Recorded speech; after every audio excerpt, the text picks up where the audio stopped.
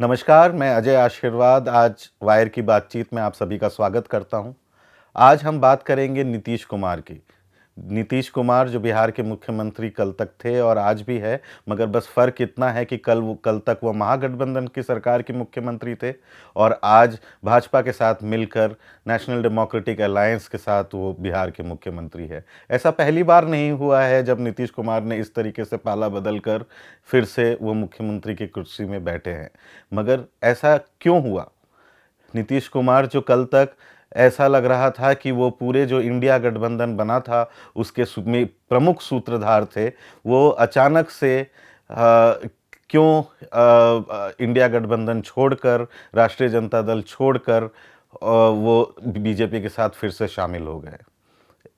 इसी बात पर आज हम चर्चा यहाँ पर करेंगे और ये बताने की कोशिश करेंगे कि शायद ये नीतीश कुमार का जो ये जो स्टेप था, ये कई दिनों से इसके आसार नज़र आ रहे थे और शायद जो हमें न्यूज़ में ऐसा देखकर लग रहा है कि ये अचानक से हुआ, ये शायद उतना अचानक नहीं हुआ।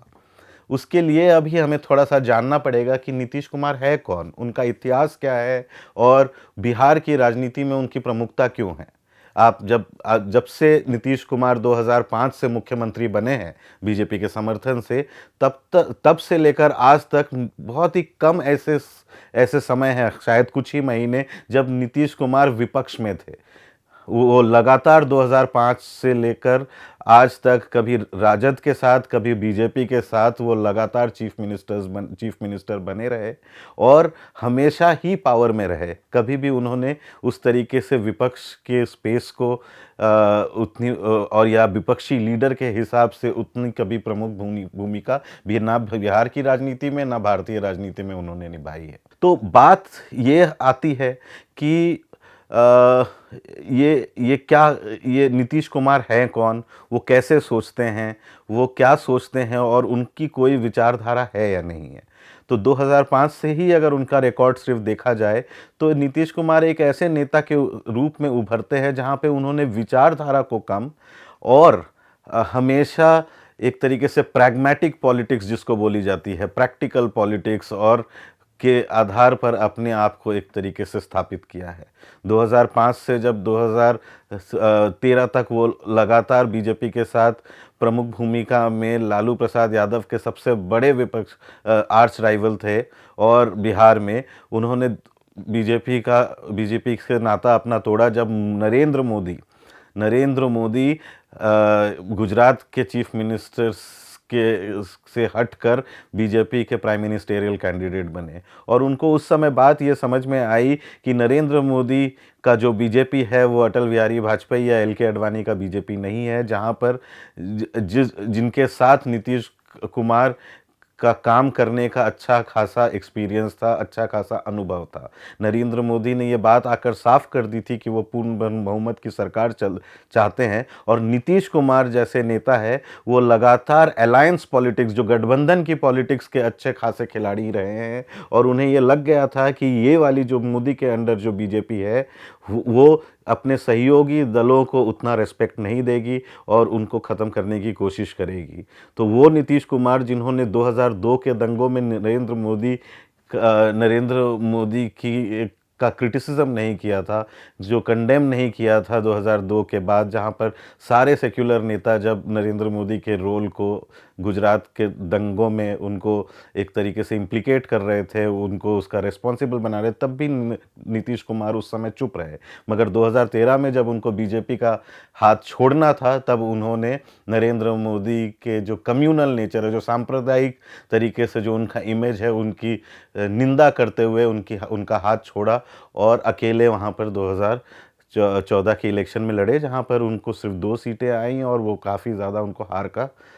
सामना करना पड़ा। फिर अब 2014 में आप देखें तो 2014 में हार का सामना करने के बाद नीतीश कुमार ने लालू प्रसाद और तेजस्वी यादव के साथ हाथ मिलाया और 2015 में जीत कर आए बिहार का चुनाव। लेकिन 2017 में फिर से वो राजद का हाथ छोड़कर वो बीजेपी के साथ चले गए और उनका ये बीजेपी के साथ गठबंधन 2022 तक रहा। लेकिन 2022 में उन्हें ऐसा लगा कि ये जो बीजेपी है वो जनता दल यूनाइटेड जो नीतीश कुमार की पार्टी है उसको किसी तरीके से तोड़ना चाहती है, जिस तरीके से महाराष्ट्र में उन्होंने उद्धव ठाकरे के शिवसेना को वहाँ पर तोड़ दिया। अब वो हुआ कैसे, उसके पहले 2022 से पहले हमने देखा कि 2020 के जो बिहार के जो चुनाव थे स्टेट असेंबली पोल्स, वहाँ पर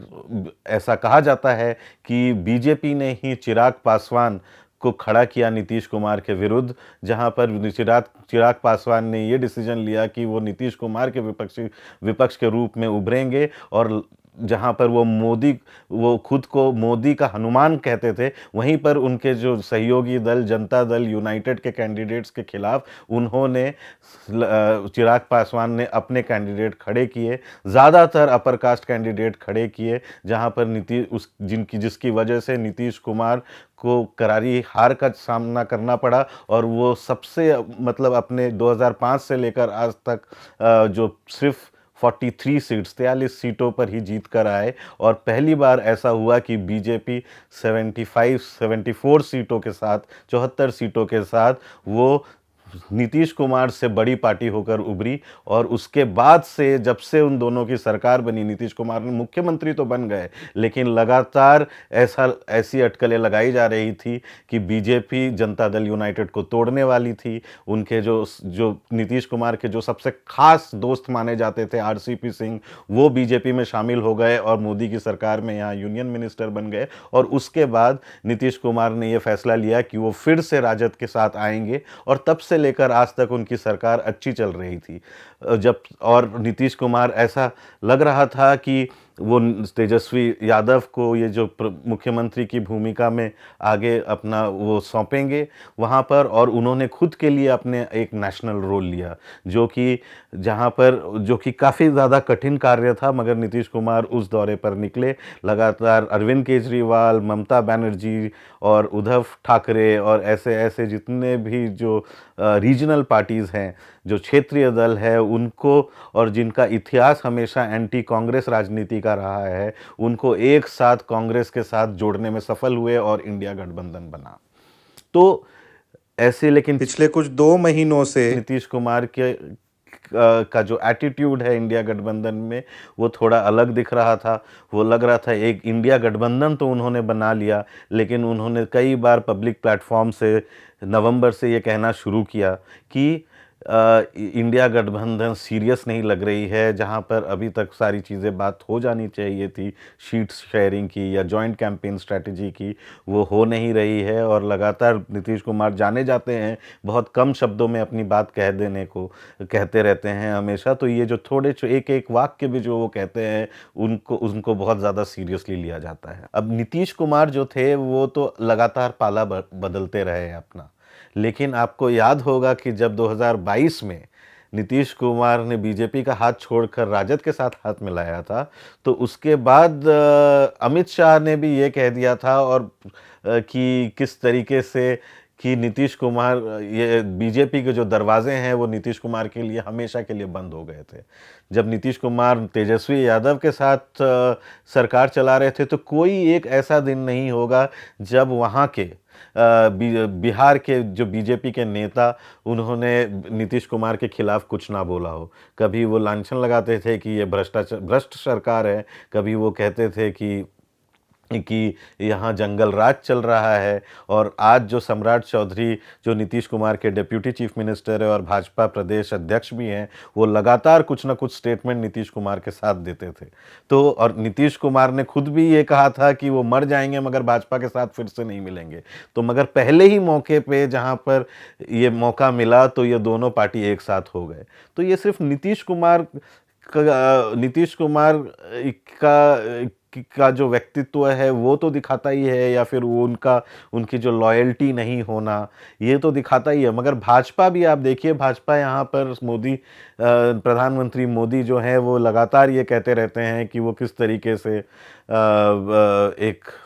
प्रिंसिपल्ड पॉलिटिक्स करते हैं, एक मुद्दों के और विचारधारा की पॉलिटिक्स करते हैं और एक क्लीन सरकार देना चाहते हैं, एक साफ़ सुथरी छवि का सरकार देना चाहते हैं और ऐसे अपॉर्चुनिस्ट पार्टी नहीं है। उन्होंने भी पहले ही मौके में नीतीश कुमार को फिर से अपने साथ ले लिया। तो एक तरीके से ये भी इस पूरे एपिसोड में ये भी दिखता है कि भाजपा के लिए इस तरीके से अपॉर्चुनिस्ट पॉलिटिक्स जाना और उनके विचारधारा से एक तरीके उनके लिए वो ज़्यादा इम्पोर्टेंट है और ना ही सिर्फ उनका जो विचारधारा है। तो ये भारतीय राजनीति में ये सब होता रहता है और इस जैसा कि कहते हैं कि politics is a game of possibilities, और ऐसे पॉलिटिक्स में भाजपा भी कुछ अलग नहीं है। नीतीश कुमार को अगर हम क्रिटिसाइज़ कर रहे हैं, उनकी निंदा कर रहे हैं कि वो पलटू राम हैं और या कुर्सी कुमार हैं, तो भाजपा भी कुर्सी और भाजपा भी उसी खेल का एक पार्ट है। वो भी इसी तरीके से पलट रही है, उसी तरीके से कुर्सी के लिए किसी तरीके का भी गठबंधन कर सकती है। तो कहने का मतलब ये है कि नीतीश कुमार लगातार गठबंधन बदलते रहे हैं और नीतीश कुमार गठबंधन बदलने में इसलिए भी सफल रहते हैं हमेशा क्योंकि नीतीश कुमार एक बहुत ही खास तरीके के नेता है बिहार की राजनीति में, जहाँ पे उनका रहना या ना रहना उससे बिहार का चुनाव एक तरीके से तय हो जाता है। नीतीश कुमार के साथ हम 2005 से हमने देखा है जो ईबीसी मतदाताएं हैं, जो इकोनॉमिक मोस्ट बैकवर्ड कास्ट जो है ओबीसी ग्रुप्स में, जिनका अभी कास्ट सर्वे में नीतीश कुमार ने जो सर्वे करवाया था उसमें 36% आंकड़ा आया उनकी जनसंख्या का। तो वो एक तरीके से नीतीश कुमार उनके साथ ज़्यादातर खड़े रहते हैं और उसकी वजह से नीतीश कुमार का एक ऐसे स्पेस में है जहां पर वो खुद से अकेले अगर चुनाव लड़े तो फिर वो जीत नहीं पाते हैं, लेकिन अगर वो किसी भी एक दल के साथ अगर गठबंधन करते हैं, चाहे वो भाजपा हो चाहे वो राजद हो, तो उनकी जीत एक तरीके से वो निश्चित हो जाती है। 2015 में हमने देखा कि भाजपा जब एक बहुत ही बड़े राजनीतिक दल की तरीके से सारे राष्ट्र भर में उभर रही थी, तो कैसे 2015 का जो महागठबंधन था जनता दल यूनाइटेड और राष्ट्रीय जनता दल का, उन्होंने बीजेपी को करारी तरीके से हराया। और फिर हमने 2019 में देखा कि कैसे, और 2020 में भी हमने देखा कि जब नीतीश कुमार भाजपा के साथ आ जाते हैं तो उनकी स्थिति बहुत मजबूत हो जाती है और हमेशा एनडीए की सरकार बनती है। तो इस अपने बार्गेनिंग पावर को नीतीश कुमार ने हमेशा से यूज़ किया है। वो एक अलायंस पॉलिटिक्स के नेता है जहाँ पे उन्होंने विचारधारा को कम और अपनी इस बार्गेनिंग पावर का हमेशा अच्छा खासा इस्तेमाल किया है। और अलायंस पॉलिटिक्स के मद्देनज़र के रहते ही वो इंडिया के जो गठबंधन में इस अपने जो अलायंस पॉलिटिक्स का जो पावर है, जो उसको एक तरीके से प्रमुखता से आगे लेकर आए। और ये ऐसा लग रहा था कि वो सारे जितने भी क्षेत्रीय दल है और कांग्रेस के नेतृत्व में वो बीजेपी के साथ एक साझा गठबंधन बनाकर बीजेपी को एक तरीके से चैलेंज करेंगे और बीजेपी का जो पूरा उभार है, जो ये माना जा रहा था कि बीजेपी 2024 में फिर से जीत जाएगी, इंडिया गठबंधन जो नीतीश कुमार जो इसके सबसे बड़े प्रमुख सूत्रधार थे, उन्होंने एक तरीके से ये नैरेटिव एक एस्टैब्लिश किया कि अब मोदी का और भाजपा का जीतना इतना आसान नहीं रहा। और साथ में ये भी रहा कि जिस तरीके से नीतीश कुमार ने बिहार में कास्ट सर्वे करवाया, उससे कहीं ना कहीं बीजेपी बैकफुट पे गई और उसके बीजेपी के जितने भी आंसर्स थे वो ना तो कास्ट सेंसस के खिलाफ अब कुछ कह पा रही थी, ना कास्ट सेंसस के सपोर्ट में कुछ कह पा रही थी, उनके पास इसका जवाब नहीं था। तो नीतीश कुमार एक तरीके से वैसे परिपक्व नेता है जो ये समझते थे कि बीजेपी को किस तरीके से फंसाया जाए और ये कास्ट सेंसस इतना बड़ा भारी रूप से सारे राष्ट्र में इस तरीके से एक पॉलिटिकल मुद्दा बन के उभरा कि कांग्रेस भी उस पर लपक गई और कांग्रेस के सारे जो बड़े नेता है उन्होंने ये तय किया कि वो अपने स्टेट जहाँ जहाँ उनकी सरकार है वहाँ पे वो कास्ट सेंसस कराएंगे। तो उन्होंने एक तरीके से राजनीतिक एक दिशा ऑपोजिशन को दे दी थी, लेकिन अभी जो वो छोड़ कर गए हैं उससे एक तरीके से इंडिया गठबंधन और जो विपक्षी दल है उनको एक बड़ा ही एक बिग ब्लो जिसको कहा जाता है, एक बहुत ही ज़्यादा खामियाजा उठाना होगा और उनके लिए एक बड़ा लॉस है। ये एक बड़ा एक तरीके से कहा जाए तो नीतीश कुमार का जो जाना है वो एक तरीके से बिहार में जैसे 40 सीटें हैं, लोकसभा सीट है, वहाँ पे ये माना जा रहा था कि राजद, कांग्रेस और वामपंथी दल और नीतीश कुमार अगर साथ में हो जाए तो 30 से ज़्यादा सीटें आराम से वो जीत जाएंगी। तो वहाँ पे अब ऐसा लग रहा है कि फिर से नीतीश कुमार जब एनडीए में गए हैं तो अब एनडीए का पाला फिर से भारी हो गया है। तो जाहिर सी बात है कि इंडिया गठबंधन को एक तरीके से यहाँ मुंह की खानी पड़ी। लेकिन हुआ क्या इन दिनों जिससे नीतीश कुमार जो ऐसा लग रहा था कि सिंसियरली इंडिया गठबंधन को आगे बढ़ा रहे थे वो अचानक से छोड़कर चले गए। बहुत सारे लोग बहुत कुछ कह रहे हैं और जिसका एविडेंस नहीं है। बहुत सारे लोग ये कह रहे हैं कि नीतीश कुमार शायद ये पहले से ही करने वाले थे और उन्होंने विपक्षी दलों को भटकाया, लेकिन ऐसा नहीं। ऐसा नीतीश कुमार के अगर इतिहास में देखा जाए तो पहले कभी हमने नहीं देखा। जब वो किसी गठबंधन के साथ रहते हैं तो वो अलायंस पॉलिटिक्स के जो एथिक्स है, जो उसका प्रिंसिपल है, उसके साथ ही रहते हैं। बीजेपी के साथ वो इतने साल रहे लेकिन बीजेपी को तोड़ने की कोशिश नहीं की, मगर जब बीजेपी ने जनता दल यूनाइटेड को तोड़ने की कोशिश की तो वो तुरंत उस जगह को छोड़कर आ गए। यहाँ पर भी ऐसा लग रहा था कि बिहार की सरकार जो है राष्ट्रीय जनता दल के साथ, नीतीश कुमार के साथ अच्छा समन्वय है, लेकिन ये हो रहा था कि ये जो पिछले दिनों जो असेंबली चुनाव हुए मध्य प्रदेश, छत्तीसगढ़, राजस्थान, तेलंगाना में, तो उन्होंने नवंबर में एक सीपीआई के प्लेटफॉर्म से ये कहा कि ये सारी जो बातें, पहले 3 मीटिंग इंडिया के बहुत बढ़िया हुआ, लेकिन ऐसे जो कांग्रेस उसके बाद लग गई अपने असेंबली चुनावों के कैंपेन में और इंडिया का प्रोग्रेस नहीं हो रहा है। और उन्होंने यहाँ तक कह दिया कि अब कांग्रेस वालों का फ़ोन लगना भी बहुत मुश्किल हो गया है। तो वो कांग्रेस से एक तरीके से तो नाराज़ थे ही, लेकिन जो इंडिया गठबंधन का नीतीश कुमार ने एक नैरेटिव बनाया था, आपको याद होगा कि किस तरीके से अब इंडिया गठबंधन बनने से पहले नीतीश कुमार जब अरविंद केजरीवाल से मिल रहे थे या ममता बनर्जी से मिल रहे थे या शरद पवार से भी मिल रहे थे या उद्धव ठाकरे से मिल रहे थे या फिर कांग्रेस के नेताओं से ही मिल रहे थे, तो सबसे पहला सवाल मीडिया वाले यही पूछते थे कि पीएम कैंडिडेट इंडिया का कौन होगा, फेस कौन होगा। और नीतीश कुमार ने लगातार यही जवाब दिया कि ये सारी बातें जो हैं वो इंडिया गठबंधन बनने के बाद होगा। और उन्होंने एक कलेक्टिव लीडरशिप की बात कही कि इतने सारे नेता है और वो ये बात, इतने सारे नेता है, कलेक्टिव लीडरशिप होगी और इंडिया गठबंधन लीडरशिप के नाम पर नहीं बल्कि मुद्दों के आधार पर चुनाव जीतेगी, जैसे कि अनएम्प्लॉयमेंट हुआ, बेरोजगारी, गरीबी या भ्रष्टाचार या जिस तरीके से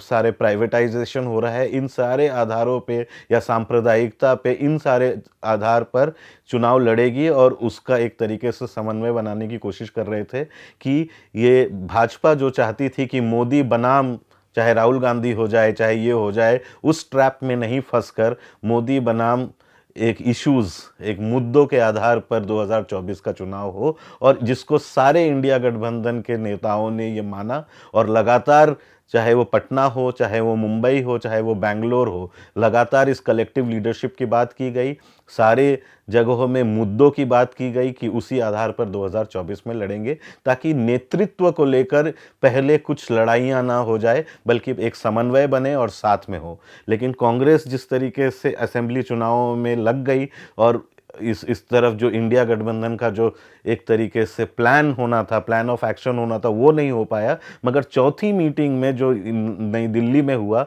वहाँ पर 2 शरारती मूव्स हुए, या एक तरीके से आप मिस्चीवियस मूव्स कहें, वेस्ट बंगाल के मुख्यमंत्री ममता बनर्जी और दिल्ली के मुख्यमंत्री अरविंद केजरीवाल से। ममता बनर्जी ने ये सारा जो एक तरीके से जो कलेक्टिव लीडरशिप और मुद्दों के आधार पर जो ये सारी बातें हो रही थी इंडिया गठबंधन की तरफ से, उनको दरकिनार करते हुए ममता बनर्जी ने किसी से ना डिस्कस करके उन्होंने मल्लिकार्जुन खड़गे का नाम एज पीएम कैंडिडेट प्रपोज कर दिया और जिसको अरविंद केजरीवाल ने तुरंत अपना समर्थन दे दिया। तो ऐसा हो सकता है कि नीतीश का जो पुराना रिकॉर्ड है वो पुराना जो ट्रैक रिकॉर्ड है और लगातार जो इंडिया गठबंधन एक नैरेटिव बनाने की कोशिश कर रही थी, मल्लिकार्जुन खड़गे के नाम को आगे करने से ये सारी चीज़ें दरकिनार होती हुई नजर आई और फिर से वही मोदी बनाम खड़गे या मोदी बनाम नीतीश हो, इस तरीके का एक नैरेटिव चलने लग गया मीडिया में। तो नीतीश जो अलायंस पॉलिटिक्स के एक परिपक्व नेता है, उनको एक तरीके से एक शॉकिंग मोमेंट कह सकते हैं लगा होगा, जैसा कि मुझे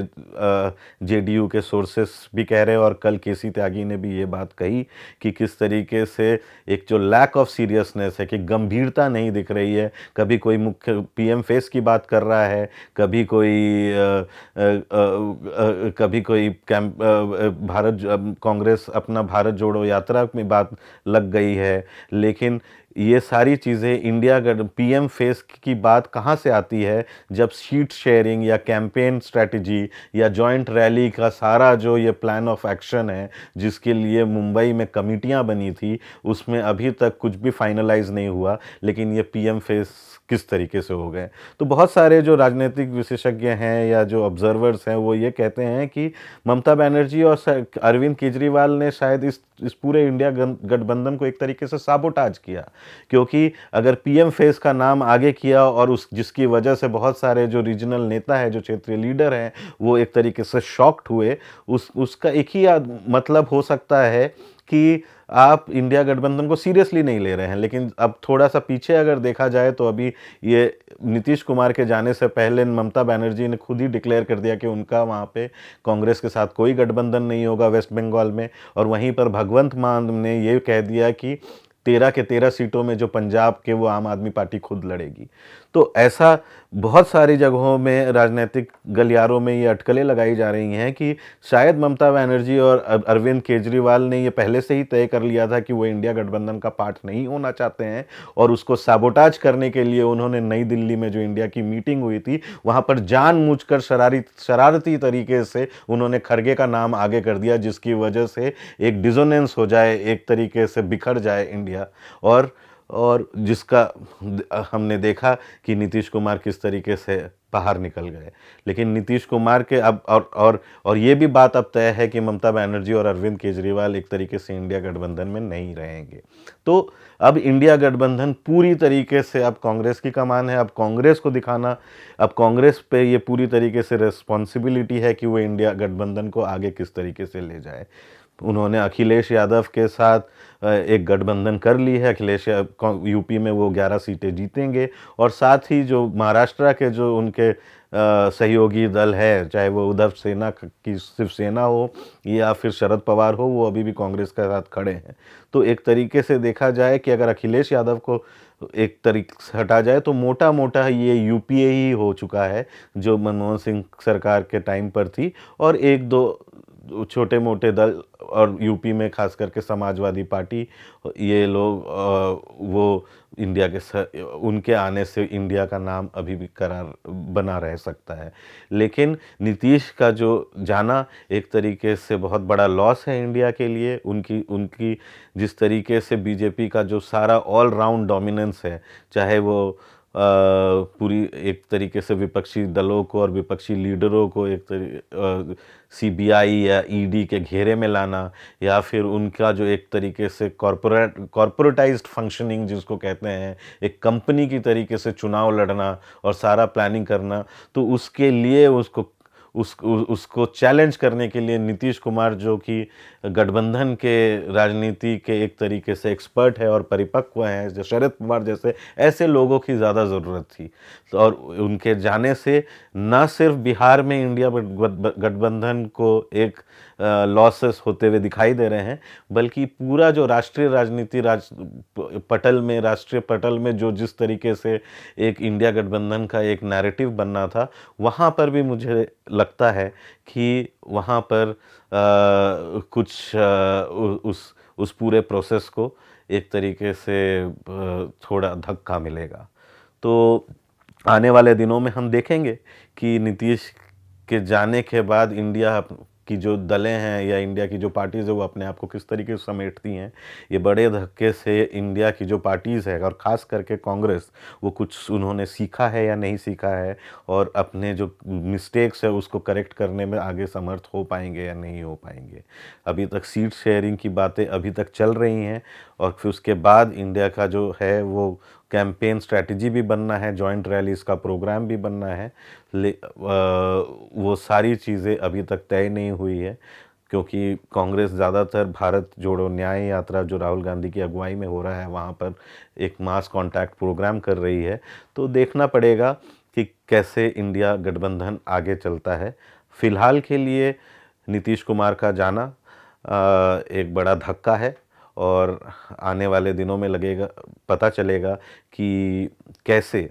इस चैलेंज से इंडिया जूझेगी। द वायर के और वीडियोस देखने के लिए सब्सक्राइब करें और बेल आइकन पर क्लिक करें। स्वतंत्र पत्रकारिता की आर्थिक मदद करने के लिए डिस्क्रिप्शन में दिए गए लिंक पर जाएं और अपनी राशि चुनें।